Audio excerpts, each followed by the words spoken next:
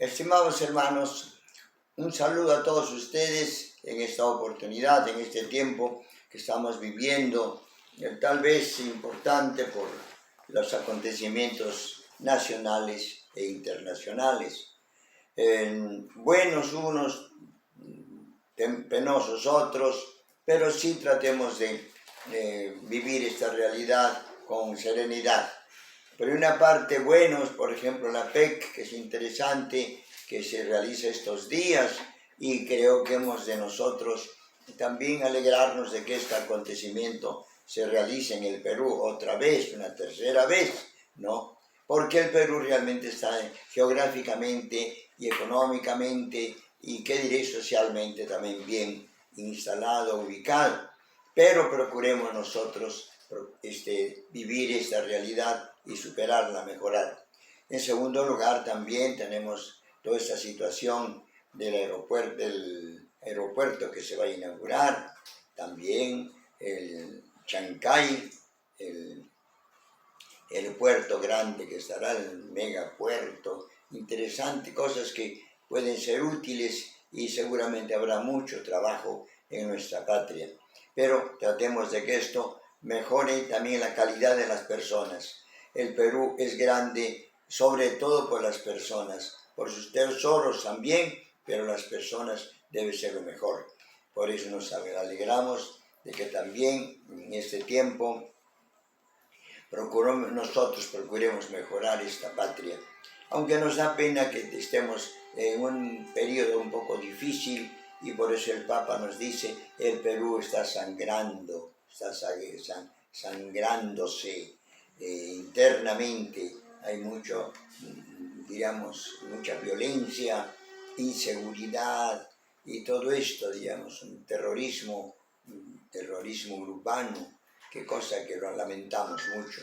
Estimados hermanos, procuremos orar por una parte, pero por otra parte también pedir a nuestras autoridades que den leyes y sobre todo orienten y controlen toda esta situación que es penosa, este terrorismo urbano, tal vez el sicariato y todo lo demás, pero nosotros mismos veamos la forma de evitarlo, y si sabemos algo, también colaborar para que esto no continúe.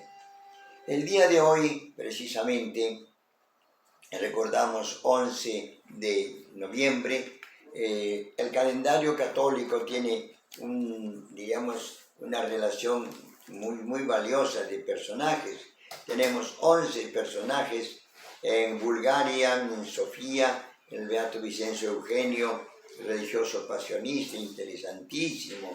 En Nagasaki también otro mártir, Santa Marina de Omura, 1600 mártires. También en Constantinopla, San Teodoro Estudita, estamos en el 826. En Chipre, allá en Europa y en Asia, en Amatón, Chipre, San Juan el Limosnero, obispo de Alejandría.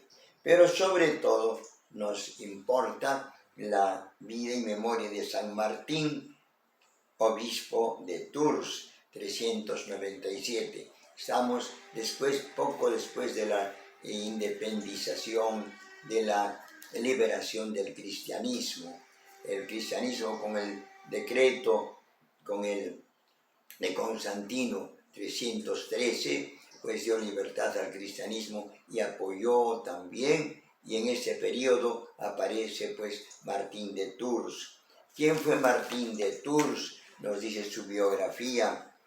Sus padres eran todavía paganos cuando Martín, que apenas contaba 12 años de edad, pidió en la ciudad de Pavía, en Italia, ser admitido como catecúmeno, candidato para recibir el bautismo. El tiempo del catecumenado podía durar varios años, como diríamos, la preparación para el bautismo, porque los que se bautizaban eran siempre adultos, mayores, y por eso siempre tenían que irse preparando, conociendo la Biblia, conociendo todo eso. En el invierno del 334, cabalgando el joven soldado ya bautizado por allá en la ciudad de Amiens, allá en Francia, al norte de Francia. Ya fue soldado e iba por ahí, parece que fue en invierno, dice, vio a un mendigo muriéndose de frío. Una mañana pasaba por ahí y con la espada que tenía él partió su capa militar y le regaló la mitad al pobre hermano que yacía tirado en el suelo. ¿Qué sucede? Que en la noche se sueña de que ese pobre no era un pobre, sino era Cristo que estaba vistiéndose con la capa que él le había regalado. Esa es una historia muy bonita que efectivamente se difundió mucho. Entonces, se nos dice, pocos libros habrán sido tan leídos como la vida de San Martín de Sulpicio Severo, completada por 3 cartas sobre su muerte y 2 diálogos sobre la cronología. Es interesante todo lo que se expone ahí, sus actividades. ¿Qué sucede después? Dios le concedió la gran alegría de que su madre se convirtiera a la fe católica y también tuvo que sufrir la persecución. En los primeros siglos los obispos eran elegidos por el pueblo. Ahora ya el nuncio apostólico, los obispos, en fin, hay una elección